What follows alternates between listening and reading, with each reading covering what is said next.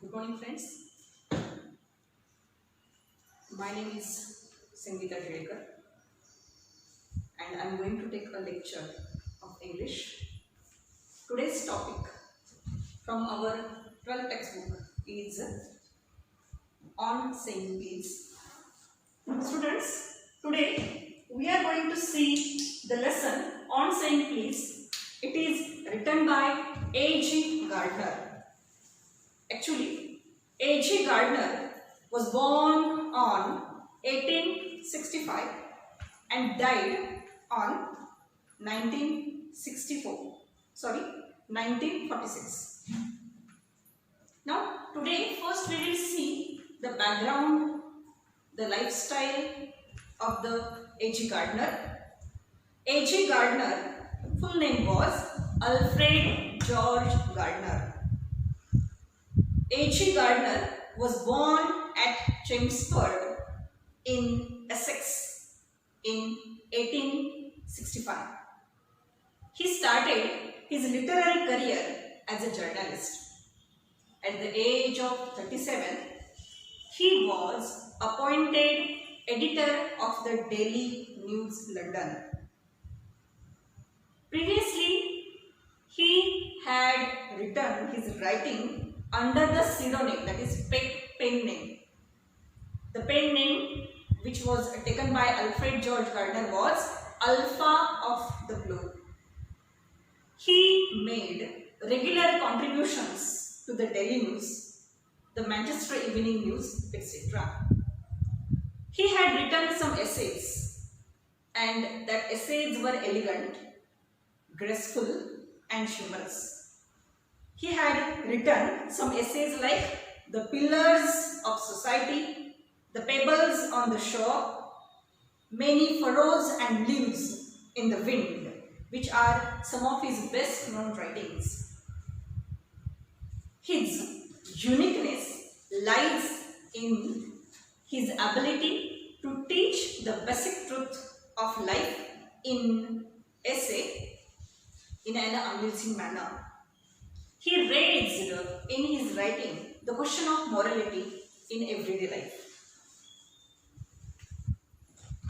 In On Saying Please, he had pointed out the values of good manners in social life and emphasizes the importance of courtesy and politeness, which is very important in the daily behavior.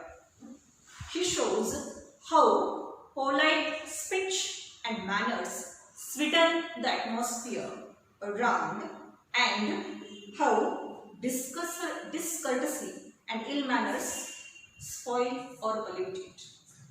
That means A.G. Gardner had pointed out the importance of good manners and good behavior, courtesy in social life.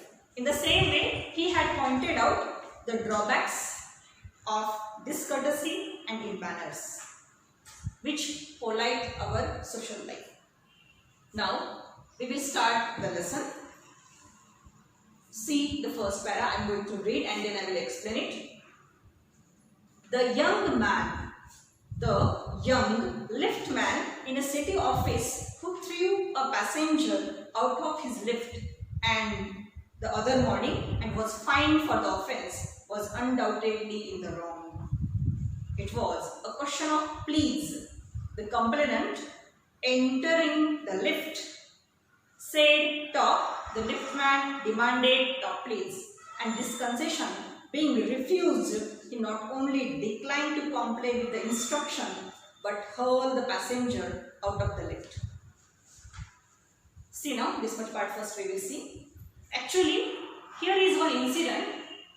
In this incident, A.G. Gardner had described about the liftman. Here is one liftman who was working in a city office. Actually, he was working every day there.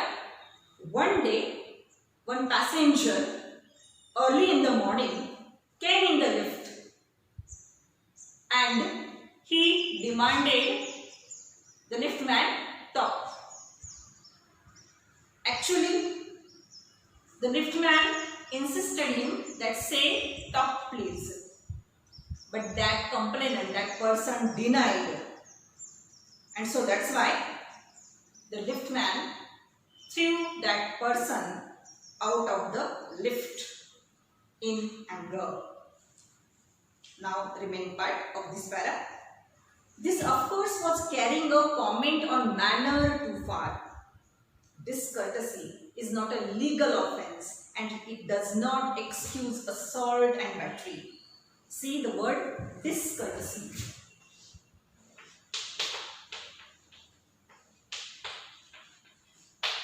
Discourtesy means lack of courtesy. Discourtesy means rudeness. Actually, discourtesy is not a legal offence. It is not a crime. But it does not give us permission for the assault and battery. It is not giving us permission for the violence. If a burglar breaks into my house and I knock him down, the law will acquit me. And if I am physically assaulted, it will permit me to retaliate with reasonable violence. See, narrator has explained here one incident. Narrator says that if any thief or a burglar come into our house and if we catch him, the law is not going to punish us. But only the burglar enter in our house and we hit him, the law will punish us. But if the burglar do the attack on us, then definitely law will give us permission to attack. If we will attack on him, then law is not going to punish us. But no legal system could attempt to legislate against bad manners or could sanction the use of violence against something which it does not itself recognize as a legally punishable offence. But there is no any law that which is made against bad manners, ill humors. So, narrator says that it would never do if we were at liberty to box people's ears because we did not like their behavior or the tone of their voices or the scowl on their faces. Our fists would never be idle and the gutters of the city would run with blood all day. Actually, there is no law against the ill humors, ill manners, discourtesy. But in the same way, law is not giving us permission to behave however we want. For example, there is no liberty for us to hit people for that we don't like their faces, we don't like their expressions on the face. And if the law will give us permission, then what will happen? That our fists will not be empty, our fists will not be idle, and because of that, the gutters of the city will always flood with blood, full with blood. Now, next para.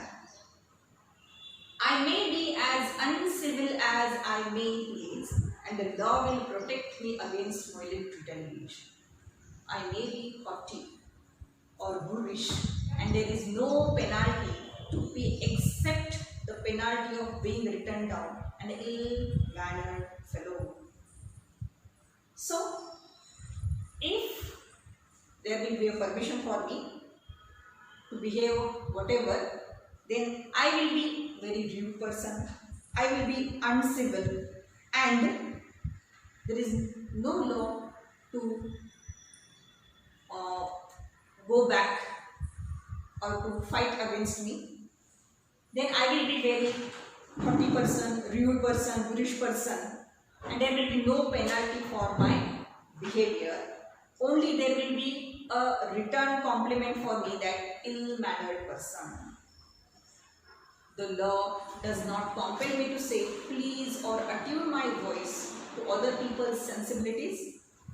any more than it says that I shall not wax my mustache or dye my hair or wear ringlets down my back. It does not recognize the laceration of our feelings as a case for compensation. There is no allowance for moral and intellectual damages in these matters. Actually, the law cannot force me to say please, excuse me, or attune my voice with other people's sensibilities. Or nobody can see me that why you did not do your why you did not wax your mustache, why didn't you dye your hair, why you have kept like such a hair. Nobody can say like this. There is no law against all these things. So only there will be a moral and intellectual damage to these matters. Next para. This does not mean that the damages are negligible. It is probable that the liftman was much more actually hurt by what he regarded as a slur upon his social standing than he would have been if he had a kick on shins for which he could have won a legal redress. But in the same way, the liftman was hurt by that complainant person. There was a damage which was happened on his mind and it was not negligible. Actually, narrator says that if anybody hit the liftman on his shins, kick on his shins, he will forget it. But this was a slur upon his social standing, and because of that, he was very hurt. The pain of the kick on the shins soon passes away, but the pain of the wound to our self-respect or our vanity may poison a whole day. If anybody slaps us, that wound will go away within few days.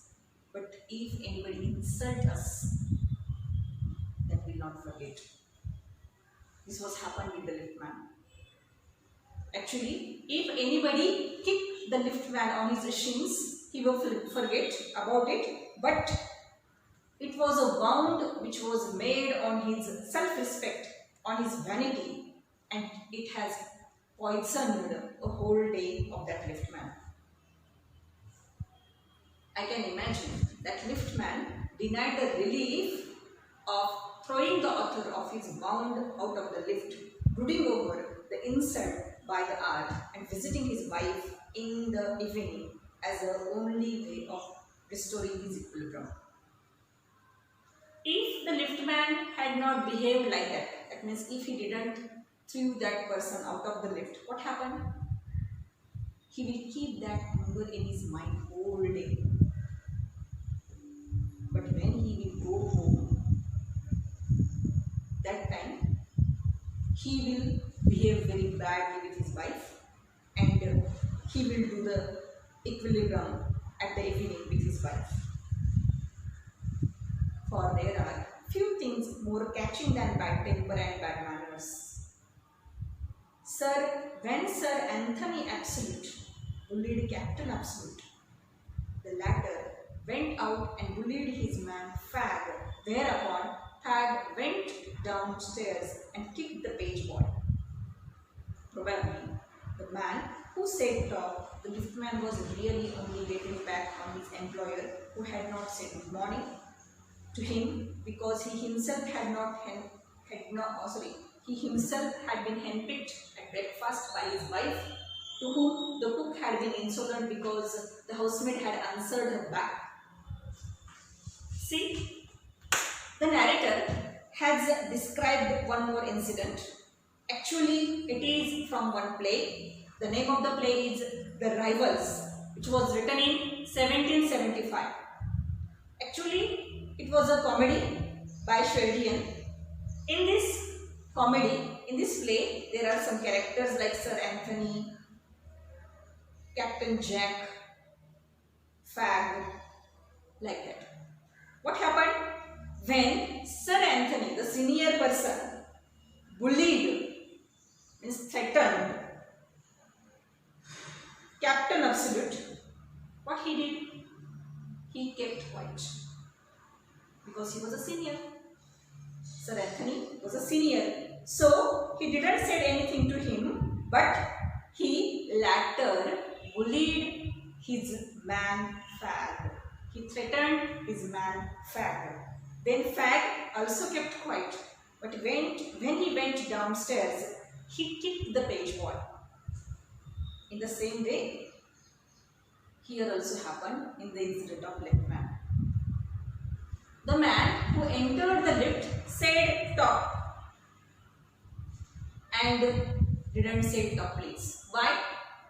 Because when he went to meet his boss, he said good morning to his boss, to his employer, but the boss didn't reply back. And so that's why he was very angry. But he didn't say anything because he was a boss. So that's why he didn't say talk please to the lift man. He insulted the lift man.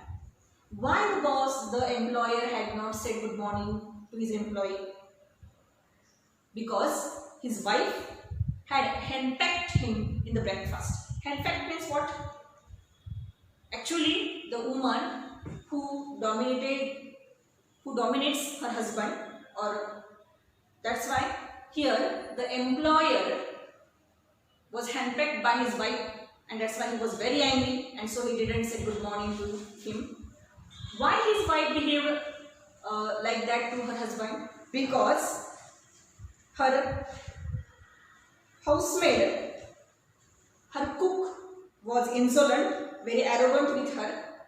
Why cook was insolent, very arrogant with her? Because her housemaid had answered her back. So this was a circle which goes round and round, and everybody insulted each other, and that's why this incident was happened.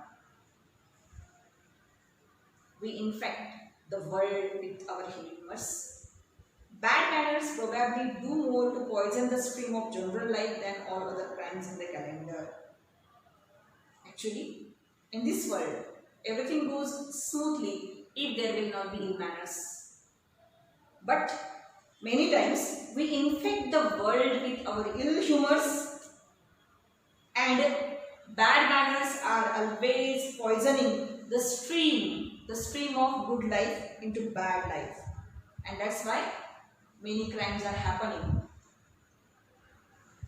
For one wife who gets a black eye from an otherwise good-natured husband, there are 100 who live a life of martyrdom under the shadow of mood's temper.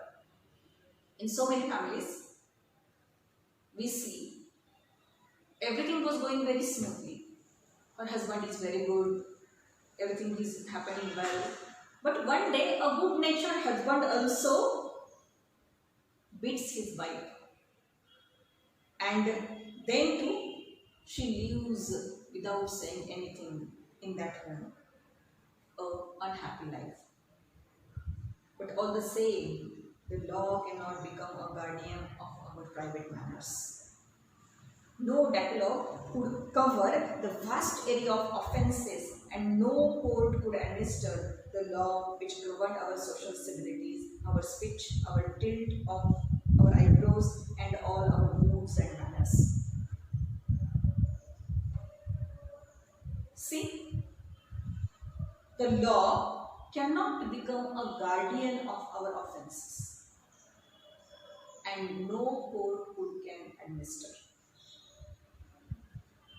Actually, there are 10 commands which cover under the offences, and no court could administer the vast area. No, the court could not govern our social civilities, our speech, our tilt of our eyebrows, our moods and manners, everything. Next para. But though we are bound to endorse the verdict against the lift man, most people will have a certain sympathy with him. While it is true that there is no law that compels us to say please, there is a social practice. Actually, we all feel very sorry for the liftman. We are with him. But in the same way, we can accept that law cannot compel us to say please. But there are some social practices which are very sacred and we are living very happily in this society. And the first requirement of civility is that we should acknowledge a service. Please and thank you are the small change with which we pay our ways as a social beings. They are little courtesies by which we keep the machine of life oiled and running sweetly. See? Please and thank you. These are the two small words which are very important, which can bring a small change in our social behavior. These are the words which are little courtesies and which can keep our machine oiled and running smoothly. They put our intercourse upon the basis of a friendly cooperation and an easy give and take instead of on the basis of superiors dictating to inferiors. It is very vulgar mind that would wish to command where he can have the service for asking and have it with willingness and good feeling instead of resentment. Actually, in this society, there is an intercourse on the basis of friendly cooperation and easy give and take instead of superiors dictating to inferiors. And we can see that the superiors are giving commands and inferiors are doing the work instead of resentment. Thank you.